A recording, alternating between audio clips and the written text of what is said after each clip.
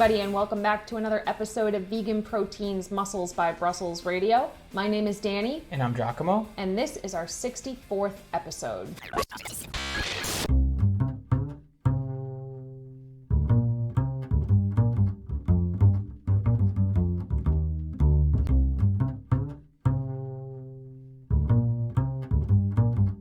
Thanks so much for tuning in again, guys. It's really great to have you back. And we also wanted to say thank you so much for the support on the last episode we put out. It was definitely one of the harder episodes to click publish on because it is a touchy subject, but we received a ton of positive feedback, and I just wanted to say thanks for that. So other than that, I feel like wrapping up the summer has been a little lackluster, but I gotta say, well, part of me is sort of expecting the disappointment of the fall being different because 2020, but another part of me is like, yay, fall in New England. It's just a nice season. It's nice to be outdoors. The weather is beautiful. I feel like it's the best time of the year around here, actually. Well, obviously, it's not like a nice season. It's the best season by a landslide. No matter where you are in the country, the best season is autumn in New England, period. Hands down, it is the best. It's the reason that we live here. So I am super, super excited for fall. But yeah, this year is definitely going to be different. I'm already mourning the loss of all the haunted houses for this year. Is there any chance that those haunted houses, like any of them, are going to run? No. I mean, I don't see how they possibly could. It would be so pathetic. They wouldn't be able to come anywhere near you, like ghouls with masks on. It would be awful, really. Well, I mean, but I'm really sad about it. There's got to be some sort of creative way to spook the hell out of people. I'm kind of hoping that the drive-in theaters run through the fall and do like more horror movies because the sun sets earlier, so the movies can start earlier. I'm hoping for that. I don't know. I have to come up with something new for this fall because all of my plans are basically thwarted as of right now. I mean, like maybe putting us in an isolation chamber too soon, perhaps? Last year we did the getting buried alive thing, remember? Yeah. It freaked a lot of people out that we did that. I thought it was funny. It was funny. It was funny because, like, the coffin that they put us in, it, like, shook, and there was a story through the speakers, like you were being driven to the graveyard or something. It was funny. Anyway, but I'm also nervous about as we go into the cooler months because everybody's just going to be driven back inside, and I assume that the combination of that, the regular flu season coming back around, kids going back to school, which is still a giant question mark. Yeah, I'm nervous for what's in store, obviously because, you know, I'm nervous about the coronavirus and more people getting infected and dying, and, you know, we got hit really hard pretty early here, and that was scary to see, like, the people here that we knew getting infected. We've had clients get it and deal with repercussions even after they are over it. Like, they don't have it anymore, but they're still dealing with some pretty intense issues, which is wild. But also, I don't know what the hell people are going to do if we are all driven into some kind of isolation for the next, you know, the 6 months that is the New England winter, it seems. I don't know if I can handle it again. I mean, throw the election on top of that. And I had to say it. Thanks. You're welcome. Oh, I just got a little bit queasy. So yeah, we're doing great. I didn't even know this was a holiday weekend. One of my clients mentioned it in a check-in this morning, and I was like, oh yeah, it's Labor Day weekend. Did you know? I didn't know. No, Mama Koala, which is what I call Danny's mom, aka my mother-in-law. I was talking to her this morning. She's like, "You gonna do anything for the holiday?" I'm like, "What?" I'm like, "Oh yeah, probably not, but maybe we should." In a twist, Giacomo will be leading today's discussion, so I don't even know what we're talking about today. What could possibly go wrong? Well, today I wanted to talk about type A people and how they find balance, basically. And I want to bring this topic to the surface because I feel like I am definitely a type A person. I think Danny is as well. And suffice it to say, I would wager that the majority of people who get into bodybuilding tend to lean towards being type A people. And I think that there's a benefit to that, because where there's a will, there's a way, and anything you want to become an expert at, essentially, or you want to do really well consistently for a long period of time, requires a certain degree of more than just focus. Like that type of person who is going to be meticulous, that type of person who is going to demand planning and the need for it in their life and in their lifestyle to do something really, really well.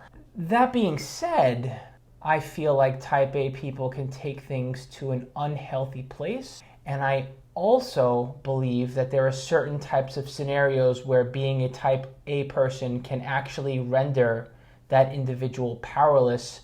I feel like it can almost result in worse than procrastination, actual self-sabotage, because when you have to let a plan come to you and you just absolutely need to be a planner, then there are consequences to that, because it's more than just anxiety inducing, it's actually inefficient. And this year has taught me that lesson. It's one of those situations where I feel the need to be in control. By being a type A person, it makes me feel better, it quells my anxiety. But then when I realize that I don't have the ability to do that, or I shouldn't be doing that, I become a worse person as a result, and a more inefficient person as a result. As crazy as it sounds, this year has taught me all about the need for balance and my limitations as that type of person who demands that my lifestyle fits neatly into a box, so to speak. Let's back up. What is a type A personality? What is it? A type A personality is someone who basically needs to have their ducks in a row. Someone who enjoys planning things to the letter, schedule-oriented, task-oriented, someone who basically needs their life curated in a sense. Okay, so when I looked it up, it looked like, so there's type A, B, and C personality traits. I don't even know what C is, to be honest. But it's not something they diagnose you with. They're not like, I'm sorry, you have the type A personality. But it's more like a series of personality traits. And growing up, I always thought type A people, personality traits, very driven, very organized, very ambitious, right? I think this is what most of us think of when we think of type A personalities. But when I actually looked it up, there are lots of other personality traits that go along in that category, including aggression, competitiveness, impatience. So I think a lot of times we talk about type A personalities like they're kind of the goal, right? Oh, type A people, they just have everything put together. But there's a lot of negatives that come along with that too, it seems like. And what I have seen from a fitness and nutrition standpoint, I mean, certainly I've seen this with people in other areas of their life as well, but from a fitness and nutrition standpoint, in some ways, I feel like type A people kind of have it worse, because when things are not going their way, when things are not going the way they planned, they literally have no idea how to roll with the punches. And a lot of times they just do the exact opposite. It's like, well, if I can't have this my way, then I might as well just eat this entire cheesecake and never lift a weight again. And it's like, whoa, what are you doing? Eating an entire cheesecake, hello. So in my experience, a lot of times when we talk about an all or nothing mentality, type A people kind of have that on lock, that all or nothing personality. Yeah. And I feel like you can wield that to your advantage and know when to have that kind of behavior and to plan things that way, and when to let it go. And I hate to go back to the beginning of this year, because let's be real here, no one is enjoying 2020. And if you are, you're full of it, okay? But I'm going to go back, and we're still in it, and it's getting worse in some ways. It's getting better in some ways, getting worse in other ways. When this pandemic hit, and present company included, I feel like the majority of our clients, ourselves, and most of the world were like, holy crap, what do? We need to get ourselves together. We need to have a plan. What's the plan? And then there was the other side of the coin where people were like, well, let's let the plan come to us. And I feel like the answer was kind of in between, where there was some sort of like, okay, we need to organize our life a little bit. And there was some like, hey, let's like let this unfold a little bit. There were the extreme ends where one could have been like, I'm just gonna keep letting the plan come to me. It'll come to me eventually, right? No, false. That's when like everything goes to pot. And then the alternative, where those were just stuck in that type A kind of personality, where they were like, I need this to happen, I need this to happen, I need this to change, everything is bad. And that's where I feel like there was failure on both ends as far as how to get through this. Where I found that a balance was being struck was where, regardless of where you were coming from, you took a little time basically to balance yourself out. Like for me personally, for example, I knew that to feel put together, I needed to train. It anchors me. It just keeps me sane. I made a pact with myself when I was like, I don't know, in my early 20s, after I'd stopped training for a while, like when I start training again, this is it. This is what I do for the rest of my life, and that's that. And anything less is gonna make me feel worse. And if I train even fewer than 3 times a week, I'm screwed. And then I realized that that was a non-option. And I could have went crazy train, but I decided, you know what? No. There are other things that can anchor me, and I still have things that I can look at as an opportunity to realize what's really important to me. Relationships with my family. My basic needs were being met. And I was okay with realizing that I was a lot more privileged than I realized, because most of my basic needs were already met, even if I was limited in the way that I could live my life, even if I couldn't go grocery shopping every week, even if I had no ability to train, even if I had to focus on other things as opposed to myself. Like everything was still going to get done, essentially. It was just going to take a little bit of time to reestablish a new routine.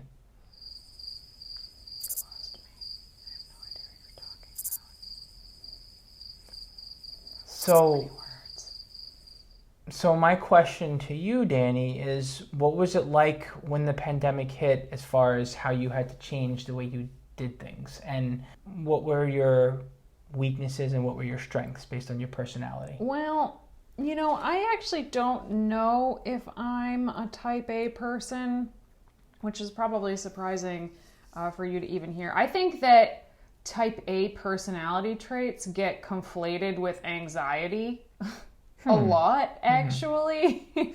Like, are you a type A person, or do you have massive anxiety? Because I feel like it could be either. It's really a coin flip in a lot of situations. Like, are you doing this because you're super driven, or is anxiety causing you to feel like you need to have everything planned down to the last second? I don't know. I don't know if I'm a type A person or if I'm just a type B person with massive anxiety. I never thought of it like that.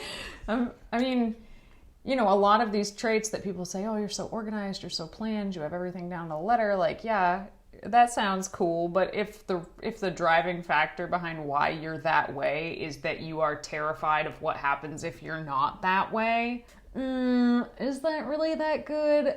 I don't know. I don't think so. So I think that I kind of had to learn to roll with the punches a long time ago. A long time ago. I am talking like 2nd grade. People were concerned with how nervous I was about not having things organized or planned out appropriately. Like, I would not be able to fall asleep because I would be thinking about how I had this particular project the next day and it had to go well, or else blah, blah, blah. So at like the ripe age of 6, I couldn't sleep because I was too worried about having everything just so.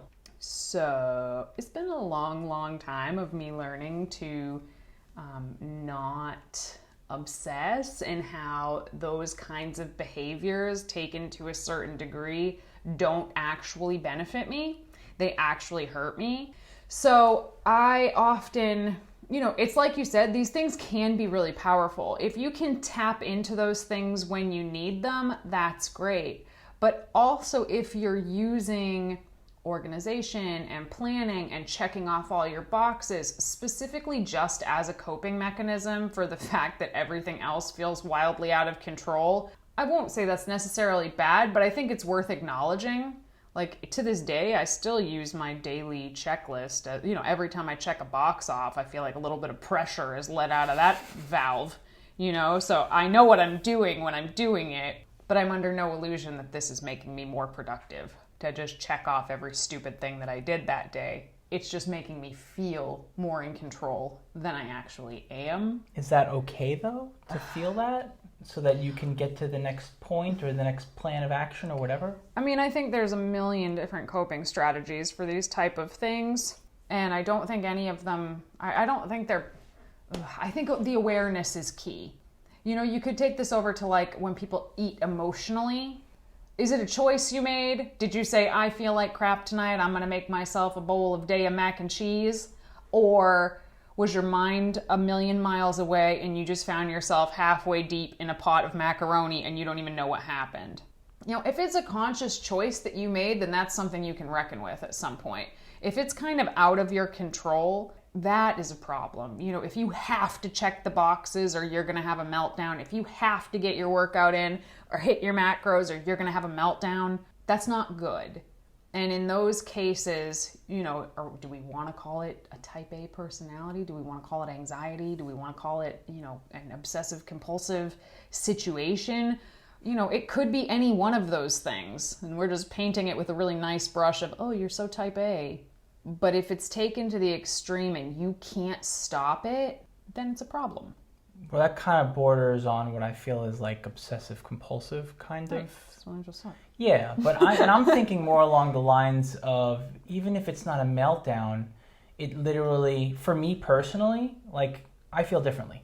I feel like that kind of behavior doesn't lead to meltdowns per se, but for everyone, I think it can also literally just lead to procrastination and wasting one's time, which ultimately leads to dissatisfaction and an unhealthy place where you think you're accomplishing more than you actually are, and you're sort of in la la land and being completely unrealistic. And then all of a sudden you turn around 5 years later and it's like, wow, it's hard for me to take accountability about why my life sucks because I can't understand why it sucks. But the truth is that you were caught up in this rut where you were unable to look at reality because you get stuck in this cycle where you think that you're doing more than you actually are because you're wasting your time. That, to me... Right, it's a distraction from correct. Other issues. Yeah, as opposed to the whole, oh my gosh, this is bad, and you're freaking out. Like, I think there's so many different ways this can play out. Yeah, well, honestly. there's lots of varying degrees, and I think it all comes down to asking yourself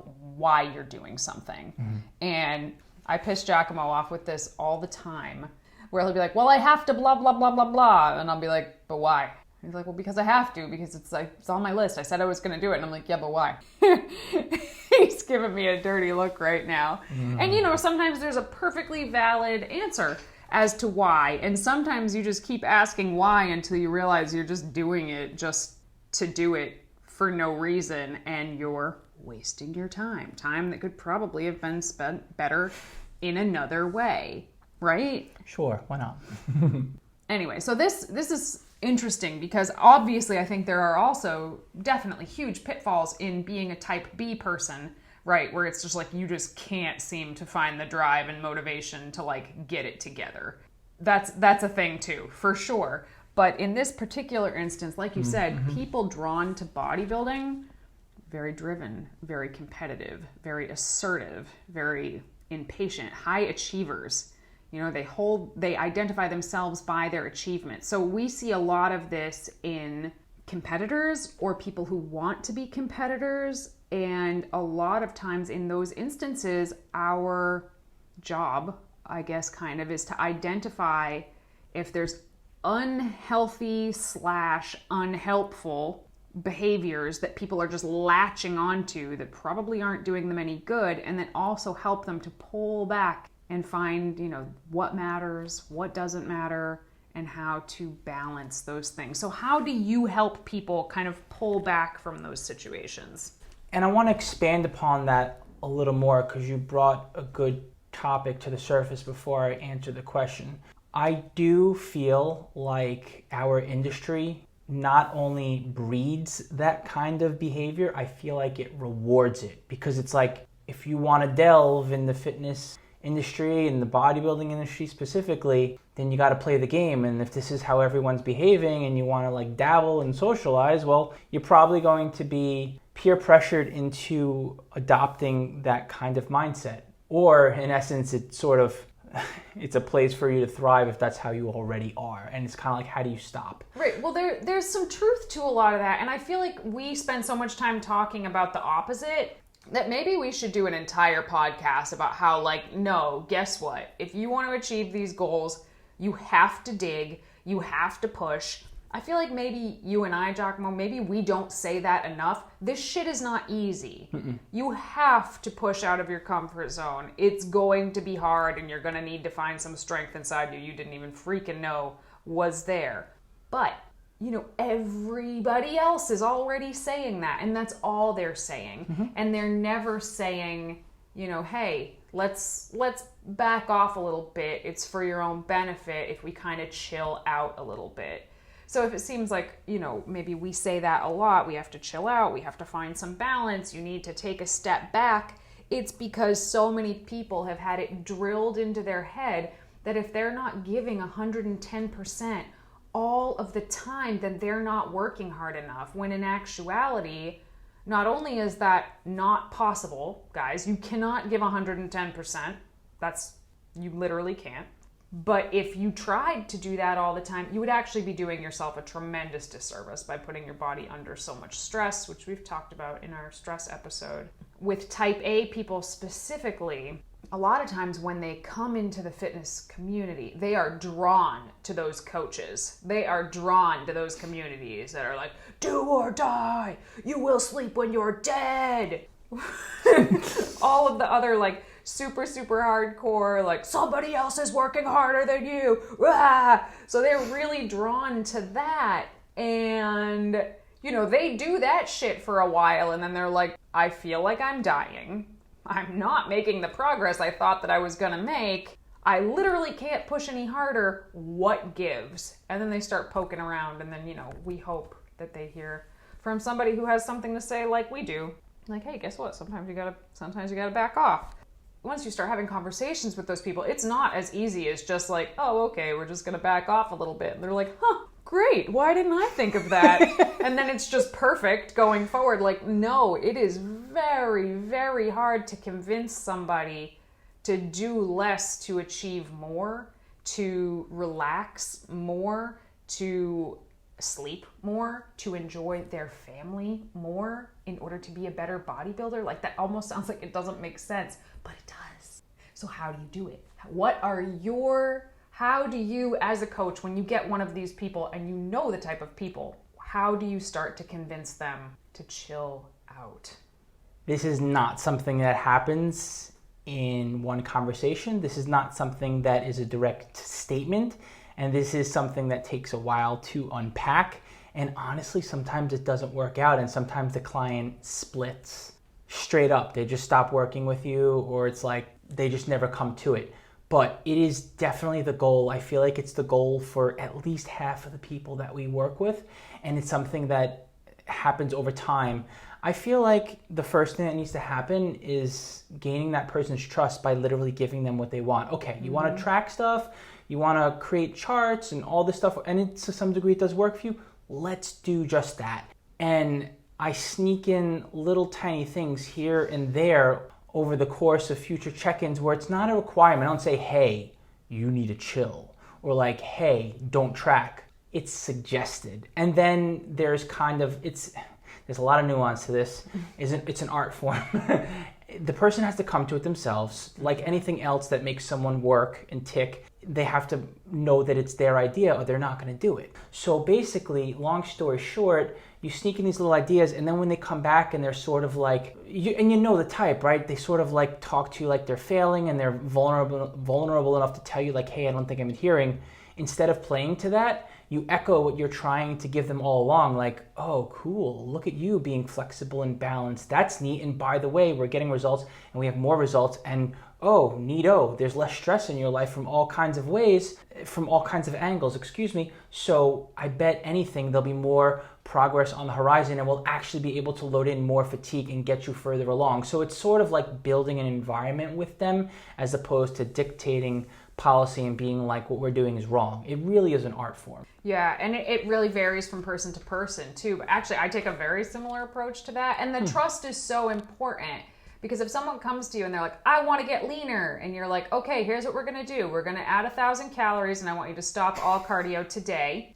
They're going to be like, okay, no, goodbye. So you have to meet them where they are with little baby steps. And again, it does always depend on the person, like what the actual tactics that you use are. But I do think you have to be diligent because it's going to be uncomfortable. One of the tools that I implement with a lot of people, most people I would say, is a free meal. And a free meal is a meal where you don't track it.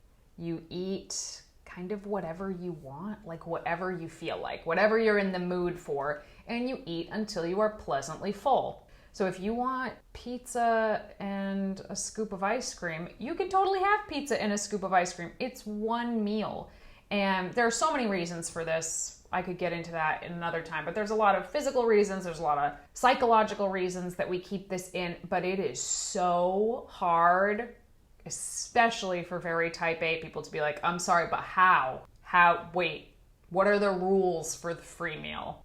And then they come back the next week and they're like, I hate it. I don't want to do it anymore. And you're like, no, I'm sorry. We're going to keep doing it. We just have to keep getting better at this. It's going to get better. You're going to feel more comfortable with it. They're like, but yeah, did I have too much? And I'll be like, did it feel like you had too much? On a scale of 1 to 10, how full were you? And sometimes they're like, it was like a 10. I felt like I was going to be sick because I ate so much. It's like, yeah, you probably had too much. Nothing bad is going to happen. It's a learning experience. Now you know what a 10 feels like.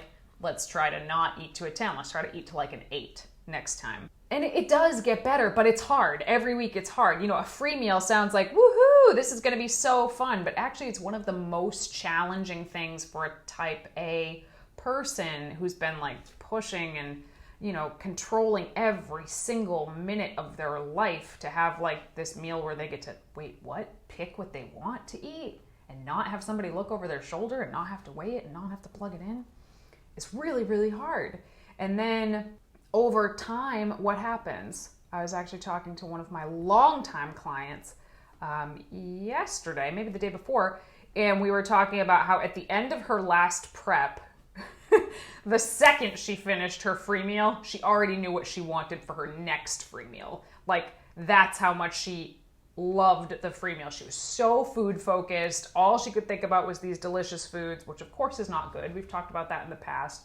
The free meal was something that she like loved and hated at the same time.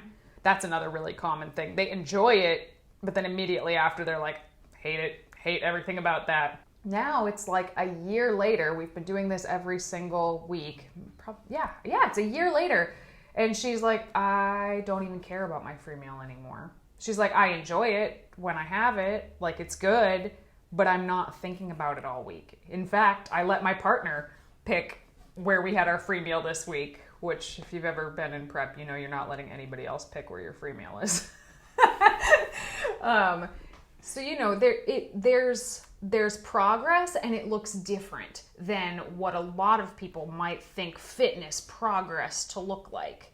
You know, we wouldn't think, oh, going out to a restaurant and kind of like, I could kind of take it or leave it. That's a huge win. That is a huge, huge, huge win, because guess what? Then food does not control you and you don't feel like you have to control it all the time either. Yeah, all the alternative where perhaps you need to feel like you undereat and you need to undereat to maintain a certain physique and you intentionally do so as opposed to just not thinking about food whatsoever. And then 2, 3, 4 months later, as long as you're moving in the right direction, whether the goal is to gain or lose, then you're okay. So to Danny's point, basically not letting food control you. Other things, you know, people thinking they have to make progress every time they go to the gym. They have to be hitting some kind of PR every time they go to the gym. And of course this happens. When you first get into fitness, every time you train, you've made an increase. And then it stops happening and then you feel like you're failing. And you're not failing. That's what happens as you get better. Like, yes, hopefully you can beat your book. The goal is to beat your book every single time. But sometimes you're beating your book for an entire workout with like 1 rep on 1 exercise. That's still beating the book. That's still improvement.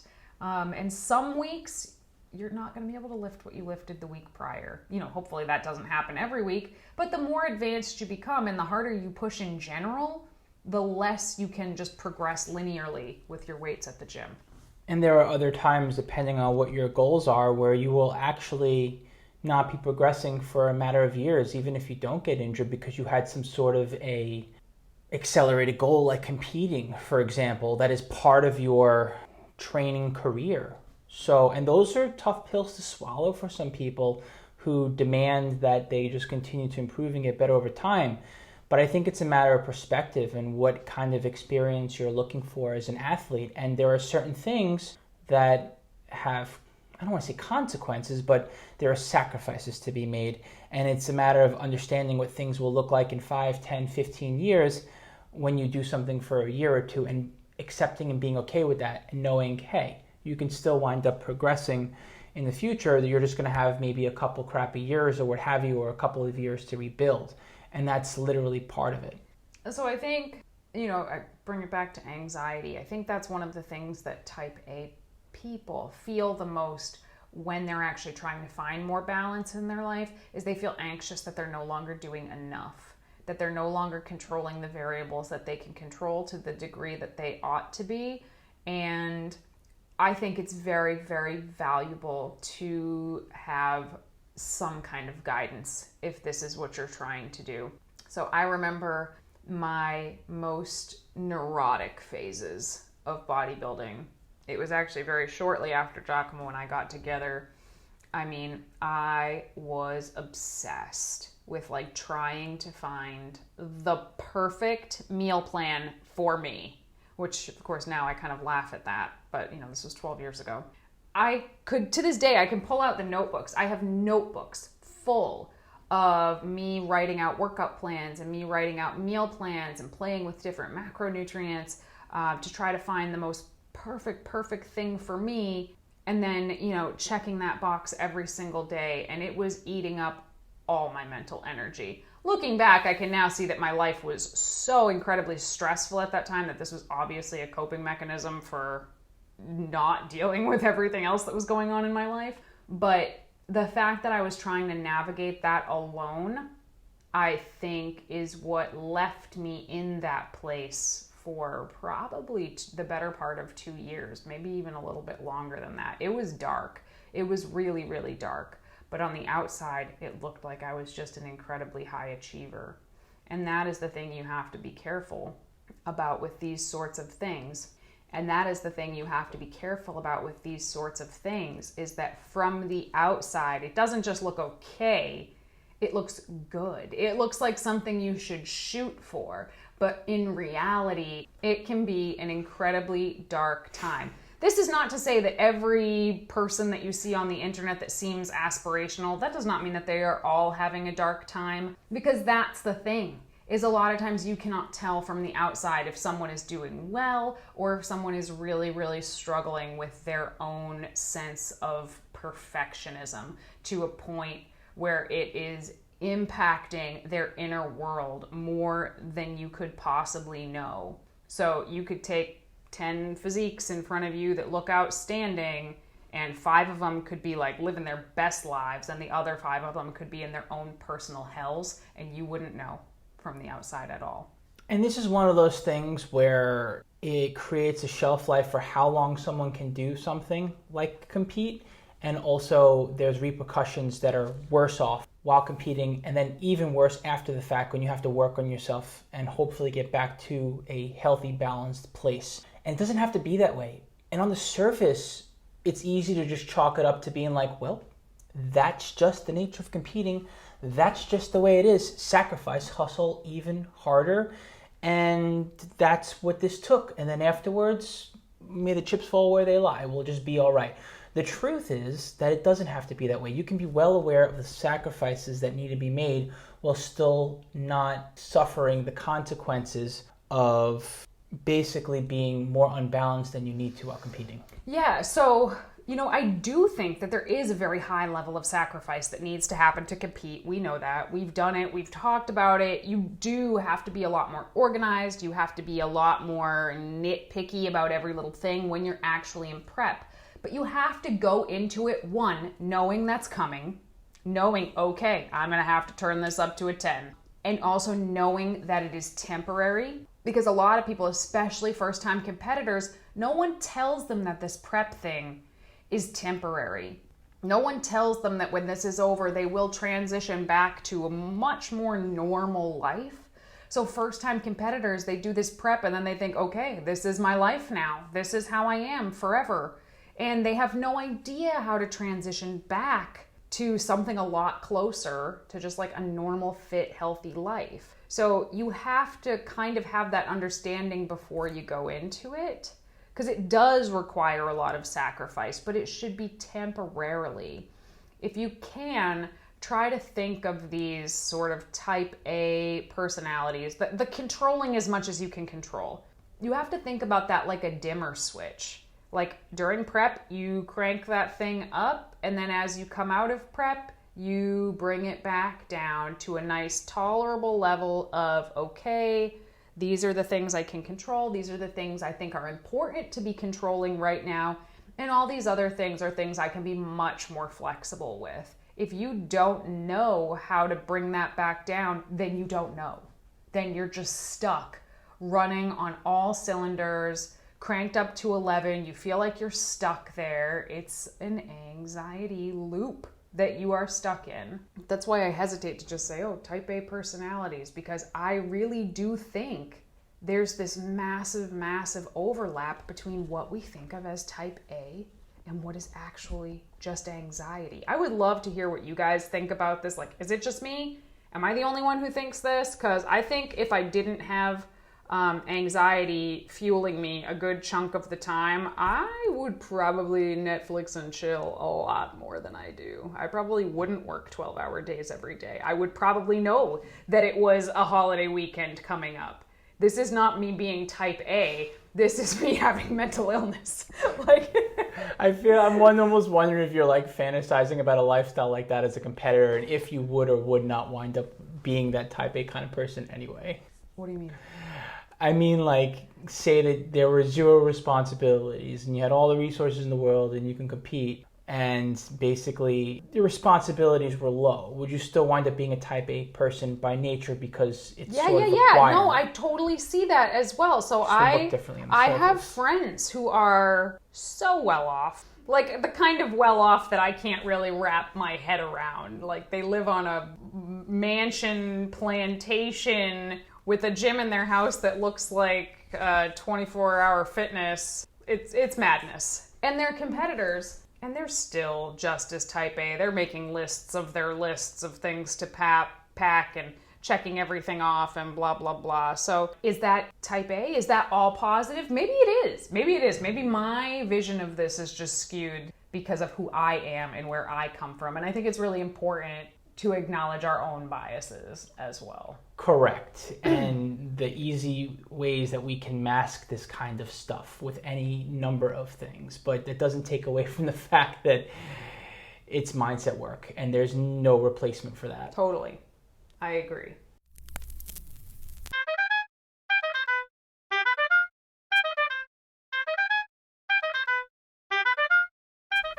Moving on to our question and answer segment for today. First one is for you, Danny. Any recommendations on foods for inflammation? I've been eating a lot of kale and other fruits, veggies, potatoes, and beans. I have a slap tear in my right shoulder and would rather not do surgery, but I love lifting. So unfortunately, an actual tear might not be able to be fixed through just an anti-inflammatory diet or rest.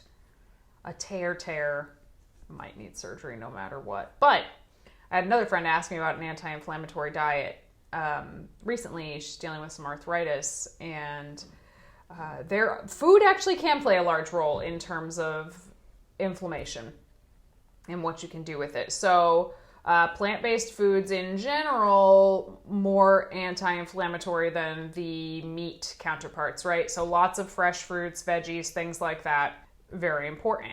But what is probably even more important, in my opinion, is what you avoid. So the number one thing that I would recommend avoiding if you're trying to avoid inflammatory foods that I think is kind of challenging on a plant-based diet is omega-6s. Omega-6s. So omega-6s are inflammatory. Omega-3s are anti-inflammatory. So omega-6s, we're looking at vegetable oils primarily. Like vegetable oil is in any packaged food that you can buy. Almost any packaged food is going to have some kind of vegetable oil, sunflower oil, safflower oil, etc. And vegetable oil is a super high omega-6. So trying to keep that low while also boosting your omega-3s, I would say primarily through a supplement, honestly. Like, yes, chia seeds, flax seeds, all those very good for you, but they're not quite as high in omega-3s as we would like them to be, particularly in the world that we live in where we do eat processed foods. They're high in omega-6s. In a perfect world, I have actually heard some people say that our 3 to 6 ratio should be 1 to 1. I don't even know how that would be possible. More frequently, I hear 4 to 1. So 4 times the omega-6s to 1 part omega-3s. Even to do that is very challenging. The average vegetarian is 24 to 1. So that's the ratio of omega-6s to 3s that the average vegetarian, whatever that means, is getting. So decreasing the omega-6s, increasing the omega-3s. So I would recommend a microalgae oil to increase those 3s. We like the Testa brand, we've mentioned it before, and decreasing your vegetable oils and checking your ingredient labels to see where the vegetable oils are. That would be my main takeaway. All of the other stuff you're already eating is fantastic. Keep doing that. Oh my God, I have to read Giacomo's handwriting. Good luck with that. Okay. Which muscle groups should I work out first? Large or small? I am getting different answers on the web and talking to trainers. Your thoughts on this are welcome. There is no one simple answer for this, and typically it makes sense to prioritize larger muscle groups first. Where this gets tricky is after someone's been training for at least 6 months to a year, and definitely after they've been training for more than 3 years in a row and their goal is physique based, because it really depends on what kind of muscle groups you want to bring up and how your genetics are being expressed. So in other words, what you want to look like and what body parts are growing faster on you and what body parts are growing slower on you. From a fatigue standpoint, it makes sense to do those larger groups first and also to do compound movements first. But that being said, there are times where you may not want to do a compound movement first if you want to prioritize building up a certain muscle group. So for example, say you have arms that you want to grow. Logically, maybe you'll train bench first because your arms are getting trained. But my thought process here is there's no harm in training your arms at the beginning of a workout if they need to catch up and you're going to get fatigued from doing your bench in the beginning of the workout. You can do your bench halfway through the workout. There's no problem with that once you become well trained if your goal is physique based. If your goal is strength based, I think it's a no-brainer. Start with the compounds and larger muscle groups first in pretty much every scenario, unless it's not a sole focus on strength. But if your goal is physique based, I think the lines are blurred, especially as you become more well trained and you realize that there are certain body parts you want to bring up. Hey guys, if you're enjoying the podcast today, please feel free to go ahead and leave this a review on iTunes, Spotify, Stitcher, wherever you are listening, even YouTube. We upload these to YouTube as well. Those reviews, even if it's just clicking a star rating, really helps to boost our podcast in the algorithm so that other people can see it, and hopefully we can get this message out to more folks interested in bodybuilding, interested in veganism. We really, really appreciate that. Thanks so much, guys. And if you're interested in any kind of coaching, whether it's one-on-one coaching or group coaching or just becoming a part of our community, please check out veganproteins.com. All right, everybody, thanks so much for tuning in to another episode of Vegan Proteins Muscles by Brussels Radio. Feel free to stay in touch with us at Vegan Proteins and at Muscles by Brussels on Instagram, Facebook, YouTube, and all the social medias. Shoot us an email at veganproteins@gmail.com with any feedback or questions that you have. We're always here for you. Once again, my name's Giacomo. And I'm Danny. And we'll talk to you soon.